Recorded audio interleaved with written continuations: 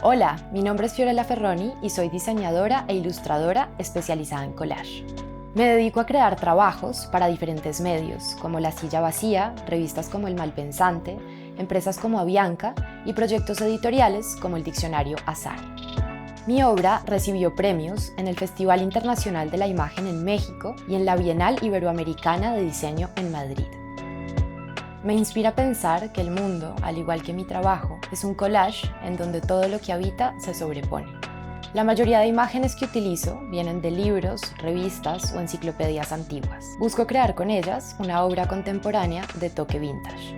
La ilustración editorial establece un vínculo entre palabra e imagen en el que hay un proceso de traducción e interpretación de cierta realidad. Y hacer un collage es como dibujar con las tijeras y dar al recorte la posibilidad de una nueva existencia. En este curso de doméstica te enseñaré a realizar ilustraciones editoriales a través de la técnica del collage. Como proyecto final, vas a crear una ilustración para acompañar el texto de una publicación. Primero, te contaré un poco sobre qué es la ilustración editorial y luego te haré una aproximación a la técnica del collage. Te daré tips para analizar un texto y estrategias para traducir el lenguaje escrito al lenguaje visual.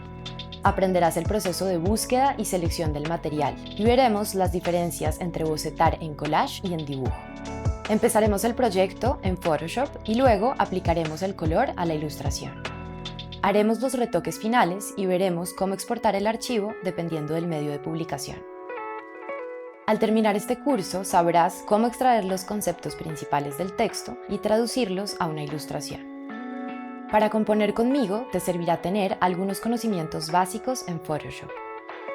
Aprende a crear asociaciones mentales entre conceptos e imágenes y descubre las infinitas combinaciones del collage.